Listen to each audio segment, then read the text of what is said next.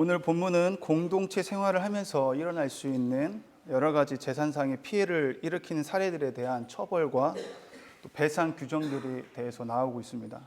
출애굽기 20장에 기록된 말씀 중에 저희가 잘 알고 있듯이 십계명이 나오잖아요. 십계명에 보면 도둑질 하지 말라는 말씀도 나오고 내 이웃의 것을 탐내지 말라는 말씀도 나오는데, 오늘 이 본문 말씀은 그러한 말씀에 대한 주석을 달아놓은 것입니다. 즉, 하나님은 십계명만 주신 것이 아니라 그 십계명을 지킬 수 있는 법을 주셨다는 거죠.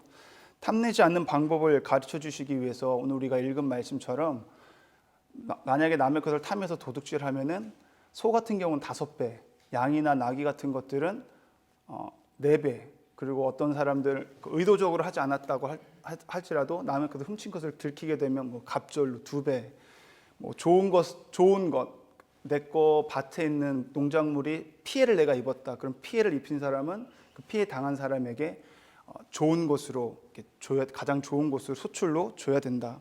이런 법을 주셨어요. 왜냐하면은 그 십계명을 지킬 수 있는 방법에 대해서 이제 주신 거죠.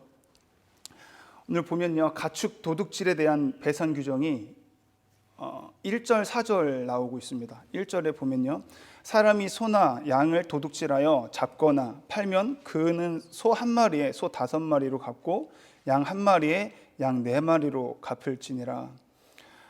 지금 소에 대한 이야기가 나오는데, 이 소는 이 당시에 이스라엘 백성들이 광야 생활을 하면서 가질 수 있는 최고의 재산이라고 합니다. 왜냐하면 거류하고 있는 거잖아요. 광야 생활을 하는 거기 때문에 불기둥이 옮기게 되면 내가 천막을 쳤다고 해도 거기에 거주지가 될 수 없는 게 바로 이동을 해야 되기 때문에 천막을 거두고 가야 돼요. 천막을 거두고 가야 되는 데 있어서 필요한 게 뭐예요? 그 짐을 싣고 가려면 소가 필요하잖아요. 소에다 다 짐을 옮겨지고, 또 그 소가 어떻게 사용되냐면 짐만 옮기는 것이 아니라 내 가족, 아내나 아이들이나 아니면 내 어머니, 부모님들이 좀 힘들다 싶으면 그 소를 또 태워가지고 가는 교통수단으로도 사용되었던 굉장히 큰 가치가 있는 재산이었다는 거죠. 그래서 이 소를 훔쳐가는 사람들에게 한 마리를 훔쳐가면은 어제 우리가 본 말씀처럼 눈에는 눈, 이에는 이처럼 내가 한 마리 훔쳤으니까 내가 너에게 한 마리 준다, 이게 아니라 하나님께서는 5배로 이제 5마리의 배상금을 줘야 된다라고 말씀하고 있어요. 왜냐하면 한 마리 훔쳐서 한 마리 하면은 내가 얼마든지 훔치고 걸리면 또 주면 되지, 한 마리 이렇게 될 수 있잖아요. 하나님은 그것까지 다 계산한 거죠. 그래서 5마리면 엄청난 거예요. 5마리면은 엄청나게 갚아야 되는데, 그만큼 무슨 말입니까? 탐내지 말라는 거예요. 아예 엄두도 내지 마라. 도둑질 할 생각조차 못하도록 하나님이 하신 거죠. 한국에 있을 때 그 신호 위반한 거랑 호주에서 신호 위반한 거랑 엄청나게 크게 차이 나잖아요. 저는 신호 위반을 한 번 했는데 그 이후에 못 하겠더라고요. 겁나서. 물론 여러분들도 그렇게 생각하시겠지만 법이 엄청 세더라고요. 그만큼 아예 신호를 잘 지키게 하기 위해서 내린 호주의 법이라고 봐요. 하나님도 마찬가지로 도둑질하거나 탐내고자 하는 마음 아예 생각지도 못하게 하려고 이런 법을 주신 것이죠. 한 마리 훔치면 그래서 4절에서 또 한번 볼까요? 만일 훔친 가축이 아직 절도자의 수중에 살아있다면, 즉 충동적으로 그걸 훔쳤을지라도 2배를 배상해야 했습니다. 오늘 말씀에는 안 나오지만 레위기나 민수기 말씀에 보면은요, 자수하는 경우가 있어요. 내가 이걸 훔쳤다가 충동적으로 훔쳐서 내가 걸렸다, 그럼 2배를 주는 거예요. 근데 만약 훔쳤는데 내가 먹거나 오늘 1절 말씀처럼 내가 잡아 먹거나 팔아버리면 5배, 4배로 배상을 하지만 안 팔고 먹지도 않았다, 그대로 있는 게 걸렸다, 그럼 2배. 만약에 내가 이거 갔는데 양심상 도저히 못 견디겠다 해서 주인에게 가서 내가 사실은 훔쳤습니다 할 경우에는 그거에 대한 5분의 1에 대한 배상금을 내고 하나님 앞에 속건제를 드리면 이제 용서가 되는 그런 기회가 또 있었거든요. 그런 법을 오늘 이렇게 1절, 4절에서 볼 수 있었고요. 2절, 3절을 보면요, 그 중간 사이에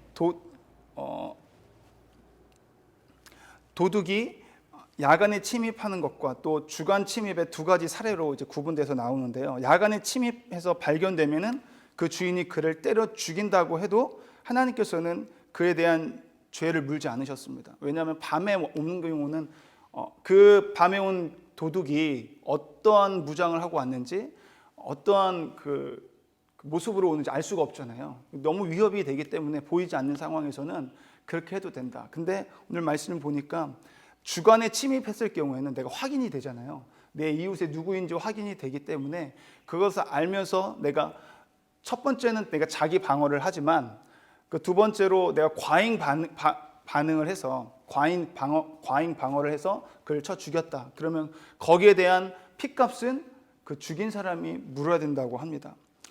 그래서 하나님께서는 그만큼 생명에 대한 생명을 되게 소중하게 여긴다는 것이고 또 그 생명에 대한 주권이 결정권이 하나님께 있다라는 것을 이야기해주고 있는 것이죠. 하지만 밤에 같은 경우에 어두울 때 침입할 경우에는 거기에 대한 나의 위협이 있기 때문에 생명을 또 지키기 위해서 죽이는 것은 괜찮다고 하나님이 허용하는 것을 볼 수 있는 말씀이었습니다. 5절 6절은요 농작물 피해에 대한 배상에 대한 이야기입니다. 어떤 사람의 가축이 어쩌다가 남의 밭이나 과수원에 침입하잖아요. 그로 인해서 나의 그 주인의 작물이 망쳐 놓아졌을 때 자신의 가장 좋은 농작물로 피해를 배상하되 자기의 밭이나 포도원의 가장 좋은 소출로 배상해야 한다고 합니다. 또 불을 놓다가 타인의 밭에 불이 번져서 곡식을 태우면 불을 놓은 사람이 모두 배상해줘야 했습니다. 하나님의 사람은 다른 사람의 소유도 소중히 여겨야 합니다. 어떠한 형태로든지 내가 그것을 의도하지 않았다 하더라도 다른 사람이 피해를 입고 그 다른 사람의 재산에 손해를 입힌 경우에는 자신의 잘못에 대해서 책임을 져야 한다는 거죠.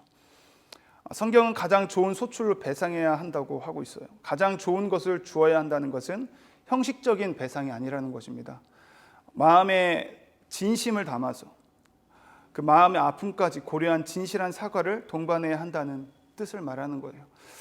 조금이라도 상대방의 마음을 아프게 했다면 가장 좋은 것으로 갚아야 합니다. 그 사람에게 가장 좋은 것이 무엇인지를 곰곰이 생각하면서 말이죠. 만약에 실질적인 적용을 해본다면 내 아내의 그 결혼기념일이라든지 아내의 그런 생일을 내가 잊었다, 미안하잖아요. 그럼 좋은 것으로 또 갚아야 줄 수 있는 그 마음을, 상처받을 수 있는 마음을, 아내뿐만 아니라 또 제 자녀에게도 제가 화가 나면은 좀 마음은 아니지만 이렇게 말을 좀 거칠게 할 때가 있잖아요. 그럼 그 거칠게 한 말에 대해서 그 자녀에게 다시 미안하다고 그리고 마음을 좀 위로해주고 치유해줄 수 있는 것이 또 필요하다는 거죠. 그만큼 우리가 연약하기 때문에 그럴 수 있지만 남에게 아픔을 주고 상처를 줄 수 있지만 우리가 할 수 있는 부분 내가 곰곰이 생각해봐서 진실하게 그 사람을 다시 가서 용서를 구하는 그런 마음이 저와 여러분들에게 있기를 축복합니다. 7, 8절 말씀을 보면요. 다른 사람에게 물건을 맡긴 뒤에 발생한 문제들에 대한 이야기입니다. 이웃집에 맡겨놓은 물건이 도둑을 맞았는데 도둑이 잡히면 도둑은 2배로 배상을 해야 해요. 내가 물건을 맡겼는데 그 사람이 잃어버렸어요. 근데 그 도둑을 맞았는데 그 도둑을 잡았다. 그럼 그 도둑놈이 갑절로 배상을 하는 거예요. 근데 문제는 8절입니다. 8절에 보면요. 집에서 물건은 없어졌는데 범인은 알 수가 없어요. 도둑을 잡지 못했습니다. 그렇다면 당연하게도 물건 주인은 물건 맡은 그 집주인을 어떻게 의심할 수밖에 없어요. 자기가 숨겨놓고 도둑 맞았다고 하는 것이 아닌가. 이때는 재판장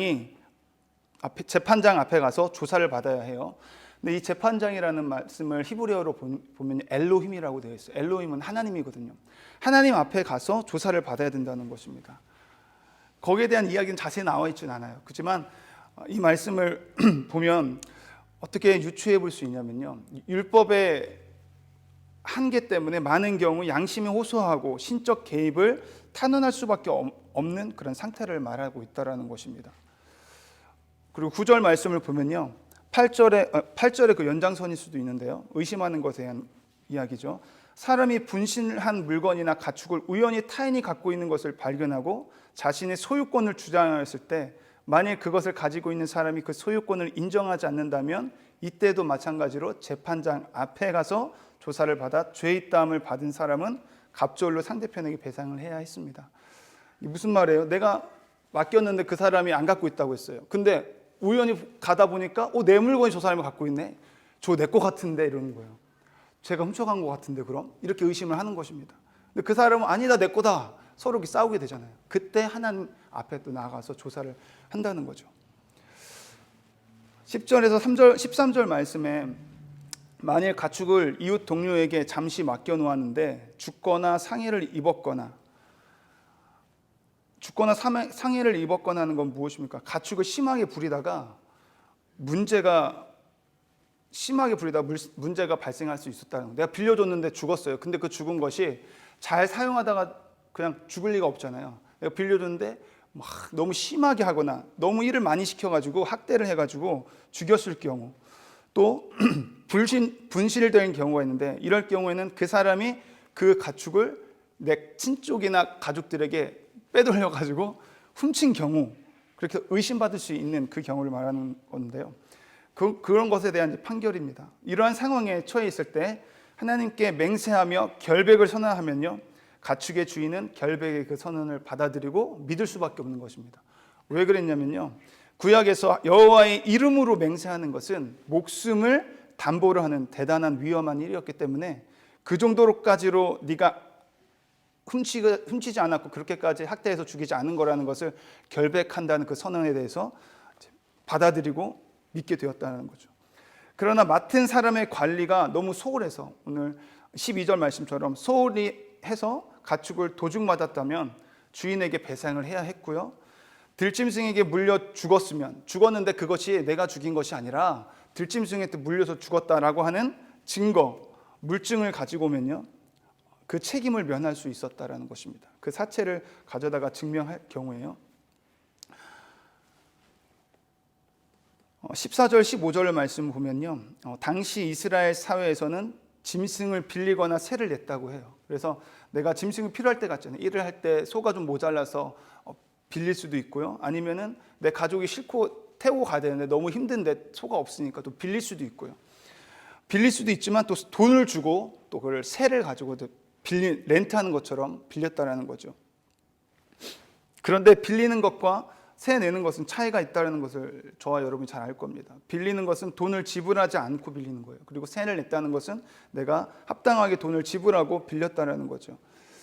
이것을 보면서 소는 교통수단이라고도 했잖아요. 그 당시에 자동차로 비교하면 오늘도 마찬가지인 것 같아요. 내가 친구에게 빌려줬는데 그 친구가 타고 가다가 사고를 내면 그에 대한 책임은 그 친구가 질 수밖에 없는 거죠. 근데 만약에 내가 그 친구가 같이 타고 갔는데 사고가 났다. 그럼 내가 지금 보고 있는 상황이니까 함께 있었기 때문에 거기에 대한 책임을 지지 않아도 되는, 면책이 가능했다라는 것입니다.